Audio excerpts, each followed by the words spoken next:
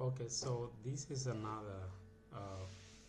is another video, and this is actually an exam from 2017. So this exam is 2017. This is sections A of that exam. So the first question here is to make G the subject of the formula. Maybe some of you are not familiar with this, but when an equation is given, okay, you can actually manipulate one of the variables to become the subject, meaning that you are going to change it to be on the left, isolated to be the one on the left hand side. So as you know that equations always have two sides, the left hand side and the right hand side. Here now on the left hand side is t, and on the left hand side on the right hand side is 2 pi square root of h all over g. You can see this part which is 2 pi h over g is actually divided by g. Okay, so now the first thing that we need to actually get rid of is the divisions. If we need to undo the divisions, this is equal to 2 pi square root of h and everything all over g. Okay, so if we have to get rid of this g, we have to multiply both sides by g. Okay, both sides by g. As you can see, this g will cancel with this g. So now on this side we will have gt. On the left hand side we'll have gt is equal to 2 pi square root of h.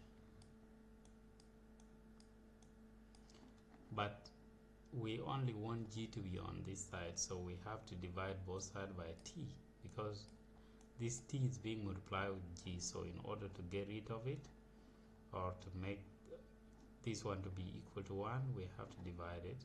And whatever we do on the right hand side, on the left hand side, we also do on the right hand side. So this cancel. So g in this case now, which is the subject of this formula, is equal to 2 pi square root of h and the whole of this all over t. Okay, so this is now our equation. Okay, and I don't know if that is clear, but sorry, I could not get a smooth writing pen, and I don't have time to actually take the whole of this and recreate it on the slides. So just bear with it, because I'm just trying to write so that you people can actually have something to revise with when you are going to do your exam. So this is the answer for that question. Now here is another question. Given that A is the set of all even numbers less than 20 and B is the set of all the triangular numbers less than 20, find intersection of A and B and the union of A and B. Everything intersections of A and B, and union mean that everything combine A and B, the union, the universal set, the union of A and B, meaning that we're combining the element in set A with the element in set B. But let's first of all find the element in set A. We have to first of all identify the even numbers less than 20. So what do you think are the even numbers less than 20? So the even numbers less than 20, A, set of A is equal to, you know that set have this kind of this curl bracket. So set of even numbers less than 20 will start with 2. Okay, but if you don't know even numbers, these are the numbers that can be divided by 2. Any number that can be divided by 2 is even number. Okay, so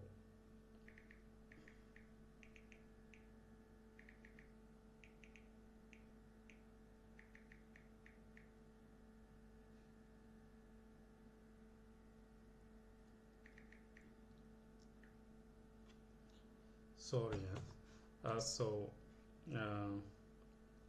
we have to find any number from 2 up to 20, any number that is even. We know that 2 is even, then 4 is even, and then 6 is even, then 8 is even, then 10 is even, then 12,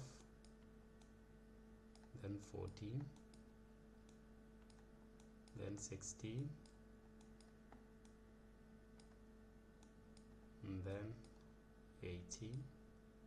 Okay, so here we will stop here. Why? Because we are talking about numbers less than 20. Okay, so those are all the set of those are the set that is set A. Okay, those are the elements in set A. What about set B? I want to divide this part. This is the part that will come and solve this. So set B, which is B in this case, should be equal to. Now we are going to look at the triangular numbers. Okay, so the triangular numbers from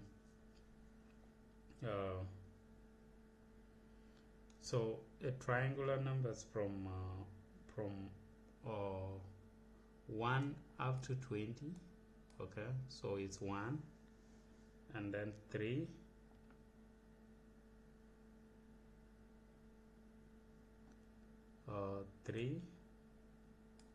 and then 6, and then 10, and then 15. Okay, the next number is 21, so we are going to ignore that.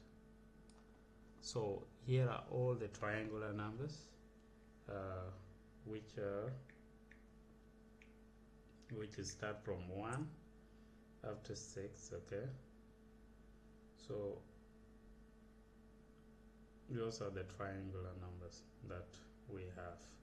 So now what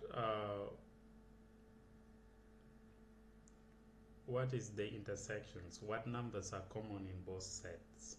Okay, what numbers are what numbers are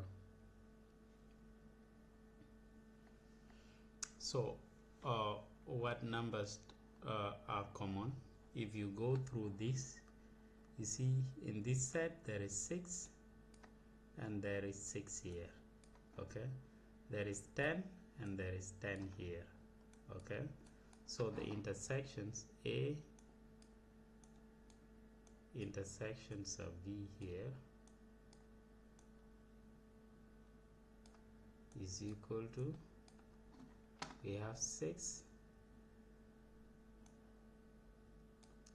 and 10. Okay, 6 and 10, so that will be the intersections of both set A and set B. Okay, so those are the. By the way, if you are confused about the triangular numbers, these are the numbers that can be represented in form of dot. For example, 1 is only 1 dot. Okay, and then 2 2 is 1 and 2 dot after that. Okay, I mean 3 is 1 and 2 dot after that. As you can see now, you know 6 will be 1 dot, 2 dot, and then 3 dot. 1 dot, 2 dot, 2 dot, 3 dot, which will give us 6. So these are the numbers that can actually form a triangular shape when we represent them in form of dots. Okay, so just to remind you, so this is 6 and 10. This is the intersections, meaning that these are the numbers common. The next one is the union. What is the union in this case? The union is everything in set A and everything in set B. But be very careful, don't put the duplicates, okay? Don't put the don't write a number like twice. See, 6 and 10 are in both A. It means that we will only represent them once. We will not write 6 and 1 at like 2 times. So we start here with 1, then 2, then 3, and then 4, and then 6, and then 6 and what? 6, and then 8,